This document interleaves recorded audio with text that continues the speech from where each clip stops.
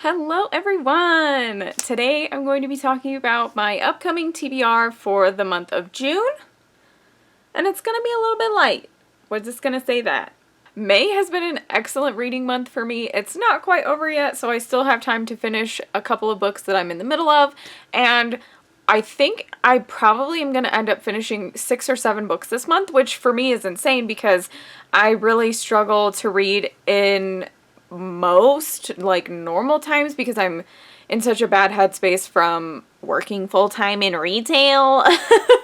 But I love reading. It's still a huge passion of mine, and it has been since I was a kid, so I try really hard to make reading part of like my everyday. But I also am one of those people that can't just burn through 30 books, 40 books. Even 10 books is like a huge stretch for me. So I'm pretty proud of myself for the month of May. However, we're getting back to normal at my job, and I don't know when I'm actually officially going back, but the hours are going to be super strange, and my time is going to kind of be broken into a little bit more unmanageable chunks for me. So, you know, the month of June is kind of up in the air. I don't know what's gonna happen, and my anxiety is really not helping me read in this situation, so I'm keeping it light. Also, for the entire month of May and April, I didn't really get any new books. The only like brand new book that I purchased for myself was Ballad of Songbirds and Snakes by Suzanne Collins, because hi, Hunger Games fan, and I wanted to read it, and I did read it, but I haven't really bought any new books, so a lot of my books for my TBR for this month are older books, which is exciting because I have all these old damn books on my shelf, and since I didn't get distracted by a bunch of pretty new books, I can just read the ones that I have. So let's just get into it. One of the things that I like to do every month is give myself a couple of rereads so that I feel comfortable, or if I don't feel like I can jump into a new book right away, I have a reread to kind of fall back on. So I have 2 rereads for this month that I'm going to try and get through because I love these stories.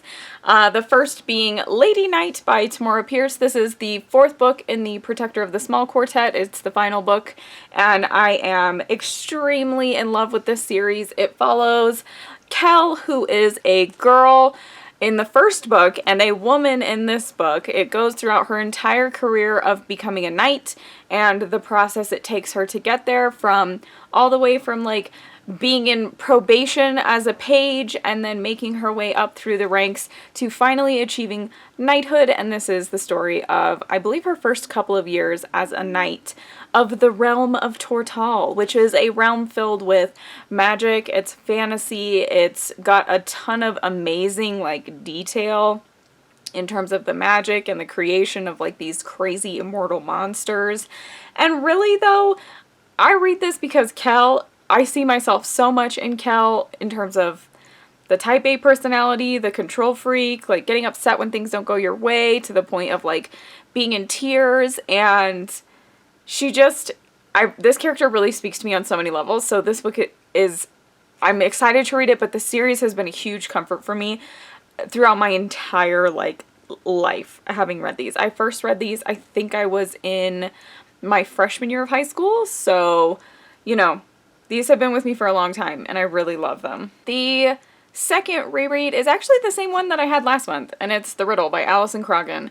I was intending to read this in the month of May, but I actually got so wrapped up in The Ballad of Songbirds and Snakes, and that book kind of took up the space that this one would have taken up, so I'm just adding it to my June TBR, and then if I get to it, awesome, and if I don't, you know what, you guys just know that this is in the background as a reread. It's not something new to me. It might be new to you though. This is the story of a girl finding her own way, figuring out that the destiny that is being thrust upon her isn't something that she necessarily wants to do, and trying to find her own way through it, while also discovering her own way of making magic and her own way of being the kind of person that she wishes she could be. And it's a really beautiful book. The third book on my list for June is This Savage Song by Victoria Schwab. I have only read one other Victoria Schwab book so far, and it's The City of Ghosts, which is her middle grade novel. As far as I know, this book is fairly well loved here on BookTube. It's the story of two separate characters, Kate and August, and Kate is attempting to be a ruthless ruler, and August is kind of seen as a monster because he has this power to steal souls with songs. That's what I've grasped. What the hell is happening here? That's what I've grasped from reading the very brief synopsis on the back of this book. I am reading this more because I really enjoyed The City of Ghosts and I would like to read some more of Victoria Schwab's writing, and not so much reading it because I have seen videos about it on BookTube, which is kind of different for me because I buy a lot of books because of hype. But I also follow her on Twitter and she seems like a pretty down-to-earth, kind of troubled, sad person. So I'm like, bitch, same. Let me read your books. The next book on my May TBR is The Last Magician by Lisa Maxwell. What intrigues me the most about this is the fact that it's set in modern day New York, but there's magic. So I rarely read magical realism. I usually read very fantastic, otherworldly magic books that are completely in a different world, in a different realm. I am keen to try this because I rarely read magical realism, and this seemed intriguing because it's about a society that doesn't have a lot of magic, and the magic that is left is highly regulated. Also, it seems like the main character is a thief, Esta, and this book is telling about her attempting to steal a fairly powerful magical object. So in order to get this powerful magical object, she actually has to travel back in time to 1902. So not only is there magic and magical realism, there's also time travel and an aspect of super thief vibe. And I don't know, it made me pick it up. This was one of the books that I kept seeing over and over on the shelves at Barnes & Noble, and it never really caught my eye until one day I was like, you know what the hell? Let me just read the back. I read the back, it was insane, and I never picked it back up.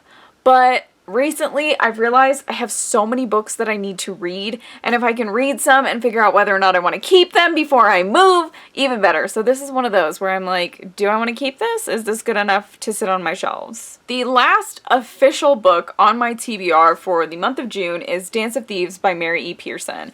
Mary E. Pearson wrote the Kiss of Deception series that I read in 2 days. I read book 1 and then, oh my god, my hair is stuck to my chapstick. I read book 1, got upset at the ending, demanded that we immediately go to Barnes & Noble to get book 2 and book 3. They didn't have them, so I ordered them and then checked the books out from the library, read book 2 all the way from the library. Like, I read the whole book overnight. I stayed up so late reading that book, and then my books came into Barnes & Noble the next day. I went and got them, read book 3. So over the course of 2 days, I read this series, and it absolutely destroyed me. So I'm hoping that this kind of carries that on. Genuinely, I don't know what this book is about. I know that it's set in the same realm, in the same world as these books, but I have no fucking clue what this is about. So I'm actually not going to give you any kind of fake synopsis or pretend I read anything. I have no clue. It says Dance of Thieves. I'm assuming it's about some thieves. So that's it.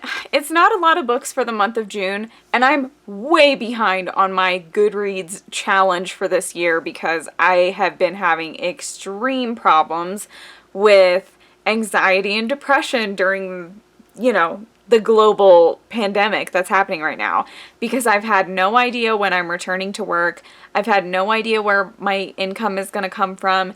And I've also been struggling with a sense of not being productive enough. I'm one of those people that was like a gifted and talented student, y'all. And then one day I realized I was not gifted and talented. They just hyped me up way too much. So now I have unrealistic expectations for myself.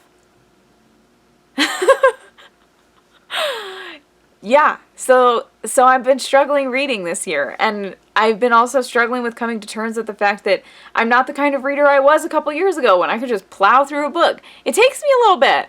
So I'm going to attempt to read all of these in the month of June. If anything else comes out that I feel excited about or that I want to read, maybe I'll swap over to that. Who knows? Otherwise, I just want to say thank you guys so much for the support on my last couple of videos. It's been a little nuts. I don't really know why y'all are here, but you're here. The unhaul video is like one of my most watched videos of all time, and I'm just like, do you guys really like watching me like get upset about books that I think are trash? Because if so, I have more.